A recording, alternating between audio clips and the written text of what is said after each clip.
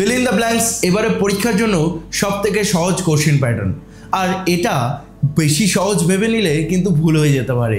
তার জন্য আমাদের কি দরকার? প্র্যাকটিসের দরকার। তাই তো আমি তোমাদের জন্য নিয়ে এসেছি রাইডার্স টু দ্য সি এর ফিল ইন দ্য ব্ল্যাঙ্কস এই ক্লাসটি। গাইস, তোমাদেরকে সবাইকে ওয়েলকাম জানাচ্ছি SBR এডটেকের এই চ্যানেলে, আর আমি হচ্ছি তোমাদের SBR স্যার। আচ্ছা guys, Riders to the sea এর এই 3টি অ্যানিমেশন পার্ট তোমরা দেখেছো, যেগুলো আমি পোস্ট করেছি। তোমাদেরকে যারা দেখোনি, নিচে কিন্তু আমি প্লেলিস্টের লিঙ্কটি দিয়ে দিলাম, সেখানে গিয়ে অ্যানিমেটেড ওয়েতে পুরো নাটকটিকে বুঝে নাও। যারা যারা ভাবছো স্যার আমরা শুধুমাত্র সামারি পড়ে নিয়ে হয়ে যাবে, সামারি পড়ে যদি তুমি নাটক বুঝতে চাও তাহলে তোমাদের HS পরীক্ষাও হয়ে যাবে। ওকে, একদমই সেই নেক্সট লেভেল হয়ে যাবে। Okay, Aran Islands are located of dash coast of Ireland.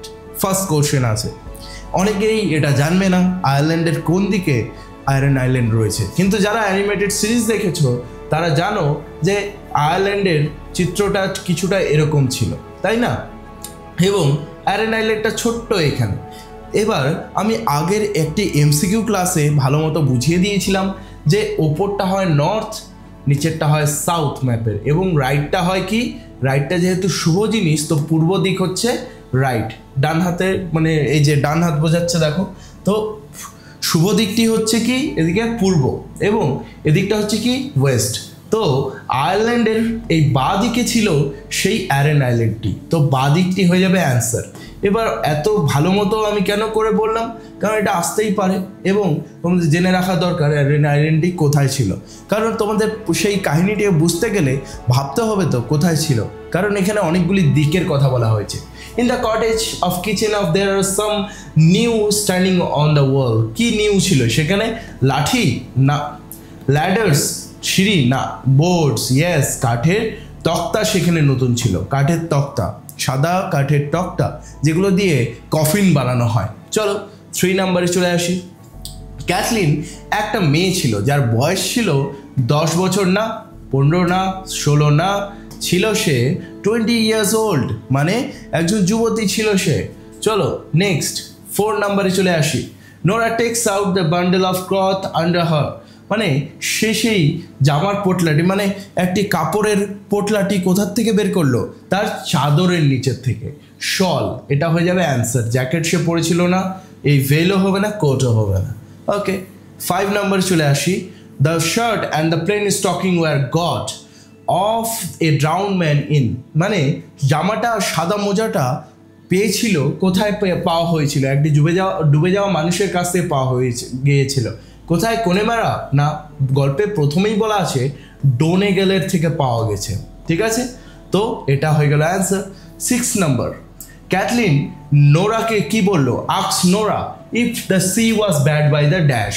খুব দেখো এখানে জায়গাগুলির নাম মনে রাখা কতটা জরুরি। যে ক্যাথলিন নোরাকে বললো দেখ তো সমুদ্রের ওই সাইডটা ঠিক আছে কিনা, মানে ওদিকে ভালো ওয়েদার আছে না খারাপ ওয়েদার আছে। তো এখানে হোয়াইট রক্সের কথা বলেছে, দেখ তো সেই সাদা পাথরগুলোর দিকে সমুদ্রটার আবহাওয়াটা কেমন। তো সাদা পাথরটা হয়ে যাবে অ্যাকচুয়াল অ্যান্সার। ওকে, চলো 7 নম্বর, Nora picks up dash and puts it round the oven, মানে নোরা কি উঠালো এবং সেই উনুনের চারপাশে দিয়ে দিল? সেটা কয়লা ছিল না, কাঠ না, সেটা ছিল শুকনো ঘাস, টার্ফ। বুঝতে পারলে? টার্ফের কথা বলা হয়েছে। উইড মানে আগাছা বোঝায়, আগাছা ছিল না, সেগুলো শুকনো ঘাস ছিল, turf. Okay, the pig with the dash feet, সেই শুকরটা যার পাগুলি ছিল কোন রঙের? এটা সবাই জানবে যারা যারা অ্যানিমেটেড সেই ভিডিও দেখেছো, যে ব্ল্যাক, সেই শুকরটার পাগুলি ছিল কালো। বার্টলে বলল যে গালোয়ে মেলার আগে যাওয়ার আগে সে বলল যে এটা একটা ভালো মেলা কিসের জন্য, কি বিক্রির জন্য? শুকর না, ঘোড়া, হ্যাঁ ঘোড়া বিক্রির জন্য এটা হচ্ছে একটা ভালো মেলা। ঠিক আছে, মেলা বলতে এই গালওয়ে মেলাতে যাচ্ছে সে, আর সে ঘোড়ার ব্যাপারই ছিল, ঘোড়া গিয়ে সেখানে বিক্রি করবে। শিপ মানে তো ভেড়া, পোটিন মানে তো হচ্ছে মদ। পোটিন আয়ারল্যান্ডের একটা মদের নাম। ওকে, দেশি মদের নাম poteen. Okay, just before leaving for Galway Fair, Bartley advised sister to sell the pig if dash comes, মানে গালওয়ে মেলায় যাওয়ার আগে সেই বাটলে তার বোন ক্যাথলিনকে বলল যে বিক্রি করে দিস সেই শূকরটাকে, যদি কে আসে, যদি কসাই আসে। জবার মানে কি? কসাই। এটা হয়ে যাবে অ্যাকচুয়াল অ্যান্সার, সেলারও হবে না, হুকারও হবে না। ঠিক আছে, চলো 11 নম্বরে চলে আসি। Bartley will run down on the. ঠিক আছে, যারা যারা আমার সঙ্গে এই ক্লাসগুলি করছো, তোমাদের এই পড়াটির মতো সব পড়াগুলি যদি তুমি কমিক বুক গ্রুপে পড়তে চাও, তাহলে আমাদের অ্যাপটি ডেসক্রিপশন থেকে ডাউনলোড করো, যেখানে তুমি আলফা এবং ওমেগা প্ল্যান নিয়ে নিতে পারো মাত্র 99 এবং 199 এর বিনিময়ে, যেখানে তুমি পেয়ে যাচ্ছ স্পেশাল নোটস, প্রতিটি বিষয় প্রিমিয়াম ভিডিও এবং গ্রামার ক্লাসেস, আর তার সাথেও থাকছে সাজেশনস। প্রতিটি চ্যাপ্টারের মক টেস্টও তুমি সেখানে পেয়ে যাবে। আর এবার তোমাকে ভালো র্যাঙ্ক করতে কেউ আটকাতে পারবে না। আমাদেরকে বেস্ট অফ লাক আমার এই তোমাদের পরীক্ষার জন্য, এইচএস এর জন্য। ঠিক আছে, ভালো মতো খাটনি করো, এরকমই ভালো ভালো ক্লাসগুলি করতে থাকো এবং তোমাদেরকে কেউ আটকাতে পারবে না, তোমরা আনস্টপেবল হয়ে যাওয়া। ওকে, তো Bartley will run down on the. Bartley কিসের উপরে চড়ে নিচের দিকে নামবে? আমরা আগের ক্লাসে করেছি এমসিকিউ ক্লাসে, রেড মেয়ার, লাল ঘোড়াতে সে চড়ে নিচের দিকে নামবে, মানে নৌকোতে যাবে। Cathleen instructs her mother to go to Springwell to give, মানে সে বলল বাটলের কাছে যাও আর এই জিনিসটি দিয়ে আসো। কোন জিনিসটি? সেই জিনিসটি বলা হয়েছে ব্রেড। আচ্ছা, অনেকে ভাবতে পারে স্যার আপনি তো কেকও বলেছেন, বইয়েও তো কিছু কিছু জায়গায় কেক বলা আছে। মনে রেখো, সেই যখন মরিয়া ফিরে আসলো, মরিয়ার হাতে সেই ব্রেডের কাপড়টি ছিল, মানে কাপড়টিতে ব্রেডটি মোড়ানো ছিল। ঠিক আছে, আর বলেছে যে নোরা আমরা ভুলে গেলাম, সেই এক টুকরো ব্রেড দিতেও ভুলে গেলাম বাটলেকে, এখন কি হবে? সে তো সকাল থেকে কিছু খায়নি। তাই ব্রেড কথাটা সেখানে বারবার উল্লেখ হয়েছে, তো ব্রেড আমরা অ্যান্সার করে দেব। The young priest said that he would be passing, মানে তরুণ পুরোহিত বলেছিল তিনি নোরা ওদের বাড়ির পাশের দিয়ে যাবে কবে? ইয়েস্টারডে, মানে গতকাল। ঠিক আছে, ইয়েস্টারডে হয় নাকি? ইয়েস্টারডে মানে তো গতকাল, গতকালে আবার ফিরে আসবে কীভাবে? টুমরো হয়ে যাবে অ্যাকচুয়াল অ্যান্সার। ঠিক আছে, ডে আফটার টুমরো মানে পরের দিন, টুডে মানে আজকে, ওটা না, টুমরো হবে। পরে কালকে আমি আসবো, দেখবো কাপড়গুলো মাইকেলের কিনা, যদি হয় আমাকে অবশ্যই জানাবে। তরুণ এটা সেই পৃষ্টি বলেছিল নোরাকে। মাইকেলের দেহটি, Michael's body was cut up man's dash, মানে মাইকেলের দেহটি একটি ব্যক্তির কিসে লেগেছিল? সেটা মাছ ধরার জাল নাকি নৌকোর দাঁড়? এটি অ্যান্সার হয়ে যাবে। ঠিক আছে, সে নৌকো চালাচ্ছিল, তার নৌকোর মধ্যে অনেকগুলি নেশা জাতীয় দ্রব্য রাখা ছিল, যেগুলিকে প্রোটিন বলা হয়েছে। তারা প্রোটিনগুলো নিয়ে কোথাও যাচ্ছিল, তখনই সেই দেহটি এসে তার দাঁড়ে লাগে ধাপ করে। তারপর বডিটাকে তো বাঁচানো যায় না, কিন্তু তার জামা কাপড়গুলো নিয়ে নেয় যাতে সম্মানটুকু জানানো যায় সেগুলিকে, মানে সেই কাপড়গুলিকে হয়তো বাড়ি পৌঁছানো যায়, মানে বাড়িতে যদি পাঠিয়ে দেয়, তারা সেখানে গিয়ে খ্রিস্টান ধর্মীয় অনুযায়ী যেগুলি সৎকার করতে পারবে সেগুলি যাতে করতে পারে। ওকে, তো এই দাঁড়ে লেগেছিল ওর। ঠিক আছে, it was difficult to untie the bundle, মানে সেই বাঁধনটি খোলা যাচ্ছিল না। কারণ কি? এটা একটা ব্ল্যাক নট ছিল, ম্যাজিক্যাল নট ছিল, ওভারহ্যান্ড নট নাকি স্কোয়ার নট? বাহ, এমন কোশ্চেন দিয়েছে যে মনে হচ্ছে এটা তো পড়েই অবধি নেই, এমন কোশ্চেন কোথার থেকে উঠে আসলো।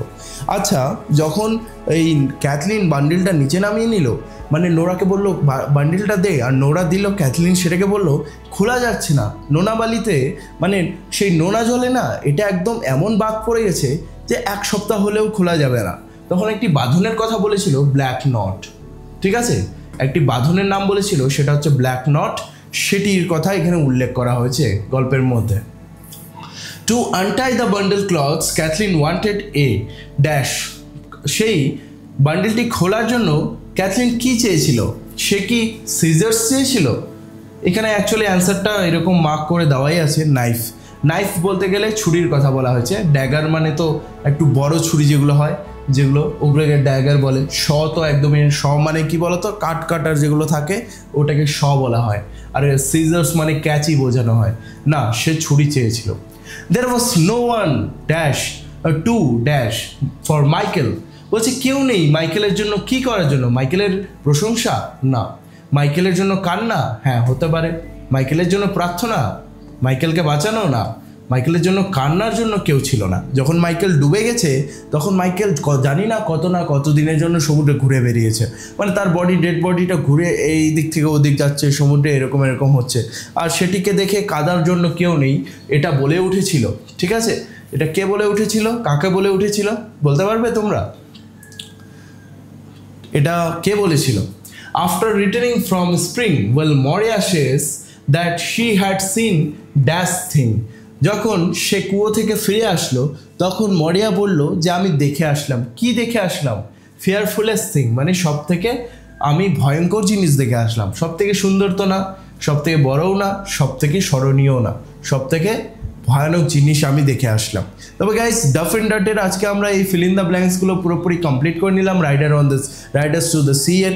এবং তোমাদেরকে বলবো, যদি এরকমই আরও অনেক ক্লাস করার ইচ্ছা হয় প্রতিটি চ্যাপ্টার থেকে, তাহলে আমার SBR এডটেক এই চ্যানেলে একটি অ্যাপ রয়েছে, যেটি ডেসক্রিপশনে লিঙ্ক দেওয়া রয়েছে, সেটিতে তোমরা জয়েন করতে পারো। সেখানে আলফা ব্যাচটিতে তুমি জয়েন করতে পারো।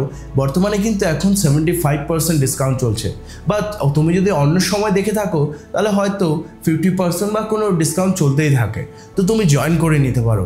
সেখানে তুমি মিলে এরকম প্রতিদিন ক্লাস করতে পারবো এবং তোমাকে ইংলিশে অনেক ভালো একটি দক্ষ স্টুডেন্ট করে তুলতে পারবো আমি, এবং গ্রামার শেখাবো অনেক শুরু থেকে শেষ অবধি।